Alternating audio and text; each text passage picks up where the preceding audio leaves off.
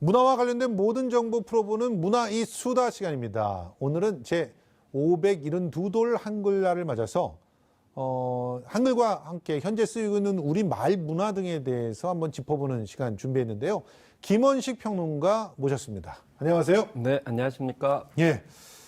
최근 한 조사에 따르면 한글을 누가 창제했을까요? 하는 질문에 대해서 국민들 다수가 이제 세종과 집현전학자들의 공동 창제다 이렇게 대답했다는데 이게 아니다라고 주장하는 분들이 있죠. 그래서 뭐 예. 세종과 집현전 학자들이 만들었다는 견해가 뭐 55% 정도 되고 예. 이 세종대왕이 만들었다는 견해가 이제 몸소 만들었다는 견해가 17% 정도 된다. 그리고 세종은 지시만 내리고 뒤에서 감동을 요거는 했다. 아닌 걸로죠. 뭐 이렇게 저분들은 하는데. 조금 역사를 좀 공부하셔야 예. 되는 걸로. 근데 예. 일단 또 세종대왕이 이 안질 등을 포함해서 눈이 굉장히 안 좋아지셨기 때문에 이제 한글 창제 과정에서 연구를 많이 하셔가지고 예. 눈이 나빠졌다. 그래서 뭐 초정이라든지 온양 행군까지 가시고 또 이렇게 하는 치료 과정이 있었는데요. 그래서 이 한글문화연대에서는 일단 세종대왕이 몸소 만들었다는 가정 하에 이렇게 이야기를 한 겁니다. 그런데 사실 이 다른 왕들과는 달리 지시 명령만 내리고 직접 또 연구에 참여했기 때문에 대단하다라고 이제 볼 수가 있겠고요. 예. 그런 면에서 아직도 이제 학계에서는 여기에 관련돼서는 좀 논의가 있는 상황이다 이렇게 볼 수가 있는데 어쨌든 일단, 주도적으로 예. 세종대왕이 이끌어갔고 특히 최만리 같은 분들이라고 해야 되겠죠. 엄청나게 반대를 했음에도 불구하고 끝까지 고수를 했다는 거예요. 근데 알려지지 않은 사실이 있는데 처음에 원래 세종대왕이 이 백성들한테 법률을 배포하려고 그래요. 예. 그때는 이두문으로 맞아요. 알기 쉽게 배포를 하려고 하는데 그때도 엄청나게 반대를 합니다. 예. 그 이유는 뭐냐면 백성들이 법을 알게 되면 피해가 하려고 한다. 예. 위법과 이제 불법을 자행하려고 한다. 그렇기 때문에 신하들이 더 이상 알리면 안 된다 이렇게 얘기를 해요. 그게 말이 되는 얘기입니까, 그게? 지금 말이 안 생각해볼 되지 때. 않습니까? 법치라고 하는 게 없는 상황이죠. 그래서 세종대왕은 법을 예. 알아야만이 예. 알지 못하고 범하는 일을 막을 수 있다 이렇게 얘기하는 거거든요. 그렇죠. 근데 이두문도 굉장히 불편한 글자이기 때문에 예. 그 뒤에 다시 또 한글을 발명해야 되는 그런 연관성이 또 있다라는 점 말씀드리겠습니다. 그러니까 우리가 중요하게 생각할 것은 세종대왕께서 정말 백성들을 사랑하셨다는 거예요. 그렇습니다. 그 애민 정신이 있어야 소통을 하지 글만 글자 그대로 읽는다고 해서 소통이 되겠습니까? 실제로 네. 백성의 소리에 귀를 기울여야죠. 네. 그런데 이것보다 더 자주 지금 얘기되고 있는 게 이제 한글 파괴 이야기 같아요. 지금 네. 보니까 뭐 신조어들 이런 얘기 저도 오늘 뭐 어디서 조언을 갖다 좀 하고 왔는데 신조어들 커엽, 롱곡 없는 이거 진짜 많이 얘기되더라고요. 롬곡 눕 이렇게 하면 이게 뭐냐라고 했을 때 뒤집으면 폭풍 눈물 이게 이제 되는 마치 거잖아요. 유리창 뒤에 이제 예, 있는 예. 글자입니다. 그래서 폭풍 폭풍 눈물이다 이렇게 예. 보시면 되겠는데 이게 원래 이 조선 명탐정이라는 영화에도 이런 식으로 기호처럼 나오는 경우가 있어요. 예. 커엽이라든지 띵작 띵어는 요즘에 유행하는 야민정음이라고 그러죠?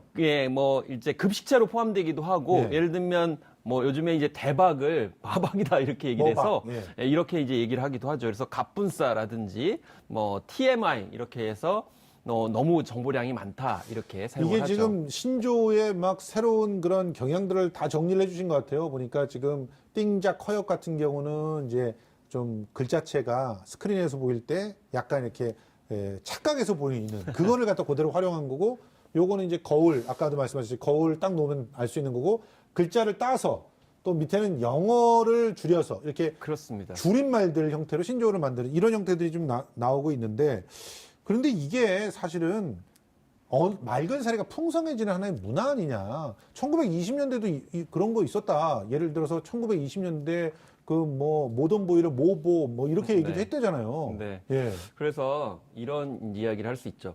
되게 이제 신세대들이 언어 파괴라는 주범인 것처럼 많이 이야기가 됩니다. 예. 그런데 한 최근에 이 모 사이트에서 조사한 걸 보면 3, 40대들이 주로 많이 사용하는 신조어는 불금이었어요. 예. 이 무슨 얘기냐면 결국에는 예. 세대별로 예. 신조어가 나오게 되고요. 그것이 이동을 하는 거죠. 그리고 그렇죠. 심지어는 요즘에는 같은 10대라 하더라도 잘 말이 안 통하는 경우가 많다고 합니다. 그 맞아요. 이유는 뭐냐면 이용하는 매체, 뭐 인터넷 게시판이라든지 또 뭐 유튜브나 SNS가 좀 다르기 때문에 거기에 예. 따라 좀 차이가 있는 거죠. 예. 그렇기 때문에 거꾸로 이게 무슨 얘기냐? 지금 현재 이 신조어가 나왔다 하더라도 예. 이거를 모른다고 그래가지고 난 시대에 뒤처지는 거야, 트렌드에 떨어지는 거야 이렇게 생각하실 필요가 없는 거죠. 그냥 풍성한 말글살이의 일환이고요. 다만 이제 그 말 중에 좀 위험한 단어들은 좀 삼가야 되죠. 예를 들면 뭐 암충이다, 뭐 한남충이다. 그 혐오 표현이잖아요. 예, 혐오 표현 그거는. 같은 예. 경우에는 좀 제외를 해야 되는 것이고요. 예. 그리고 무엇보다 제일 중요한 것은 공유, 공감이죠. 예, 예. 저는 개인적으로는 누구나 다 신조어를 만들어야 된다고 생각해요. 예를 들면 아. 타임지다 그러면 타임지 같은 경우에도 신조어를 굉장히 많이 만들어냅니다. 맞습니다. 왜냐하면 새로운 현상이라든지 뭐 어떤 뭐 표현을 하려면 다양하게 해야 되는데 다만 중요한 것은 그것이 일반 사람들한테 국민들 시민들한테 공감을 얻고 예. 공유가 될 때 이게 중요한 것이죠. 이제 공유되지 못하고 예. 공생하지 못하게 되면 사라지는 것이기 때문에 그렇죠. 말글살이의 주체가 누구냐라고 했을 때 우리 이제 국민들이 스스로 해야 되는 것이고 예. 또 그것을 어떻게 이제 원칙에 맞게 뭐 예. 가치관이라든지 세계관에 맞게 인권의식에 맞게 예. 이제 바로잡는 것 이런 역할들이 뭐 필요하겠죠. 솔직히 말해서 신조어가 소통을 가로막는 게 아니라 네. 소통할 마음이 있으면 가서 물어보면 되잖아요. 소통할 마음이 없거나 뭐 맨날 꼰대처럼 이렇게 뭔가를 해서 불편한 마음이 벽으로 자리 잡고 있을 때 소통이 안 되는 게 아닐까 이런 생각을 해봅니다. 그래서 이제 우리가 사람이 좀 나이가 들어갈수록 예. 새로운 이제 용어라든지 문물이 나오게 되면 좀 피곤하니까 예. 그냥 일종의 이소보에 나오는 심포도처럼 맞아요. 이거 가치가 없어 이런 예. 식의 어떤 태도가 있는 거죠. 그래서 저는 기본적으로 그러면 신세대는 문제고 기성세대는 문제가 없냐 이건 좀 아니라고 생각합니다. 예를 들면 이런 거죠. 행정용어, 법률 용어, 엄청 의료 어렵다. 용어 뭐 이런 예, 거 같은 거 한자 계열뿐만이 아니고 전혀 쓰지 않는 단어들 많이 아니 쓰거든요. 심지어는 일본의 잔재들도 있잖아요. 네, 그런 예. 것들 제대로 청소하지 않고 또 그걸 강요하고 있는 상황에서 마치 예. 새로운 세대만 한글을 파괴하고 있는 것처럼 여기는 건 타당하지 않다 이렇게 예. 볼 수도 있죠.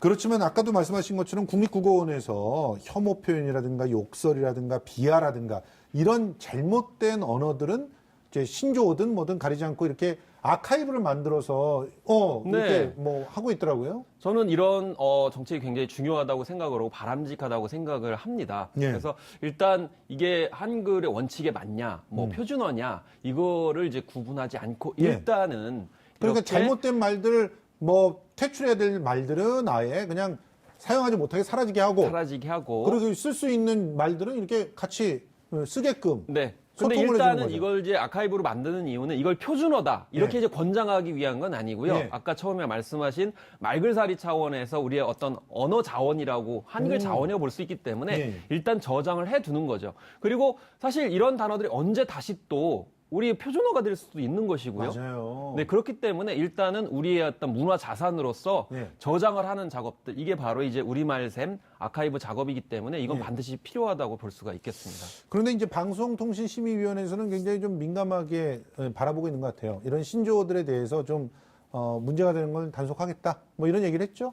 그런데 사실 뭐 아까도 말씀드렸지만 실제로 10대나 20대들한테 이런 신조어 아니야 그러면 다 아는 게 아니에요. 그렇죠. 그 10대나 20대도 모르는 경우가 상당히 많거든요. 오히려 이런 방송의 예능 프로그램을 통해서 오히려 아는 경우가 많아요. 맞아요. 그리고 심지어는 방송에서 무작위적으로 만들어가지고 유포시키는 경우가 상당히 그런 것도 많기 있죠. 때문에 그런 면에서 좀 이 방통위에서 방송 심의 규정에 따라 가지고 뭐 이렇게 좀 일정 정도의 제재를 가겠다 이렇게 하는데 이것도 사실은 너무 과도하게 개입을 하게 되면 이제 문제가 될 수 있기 때문에 예. 적절한 기준들을 마련하는 것이 수용성 관점에서 굉장히 중요하지 않나 싶어요. 그러니까 뉴스라든가 혹은 뭐 교양 프로그램이라든가 이런 데에서는 정확하게 깔끔한 언어 생활을 하지만 예능에서는 조금 허락이 돼야 되지 않을까. 드라마나 이런 데에서는 지금 사용하는 말들을 써야 되잖아요, 또. 그래서 대체적으로 이제 예능에서는 뭐 외모 비하라든지 그렇죠. 또 인권 그게 더 침해적인 그게 더 어떤 심각해요. 맥락이라든지 그렇죠. 이런 측면에서 조금 이제 제한이 있어야 되지 전반적으로 아까 말씀하신 말글살이를 좀 더 풍부하게 예. 또 특히 예능 프로그램이라는 것이 좀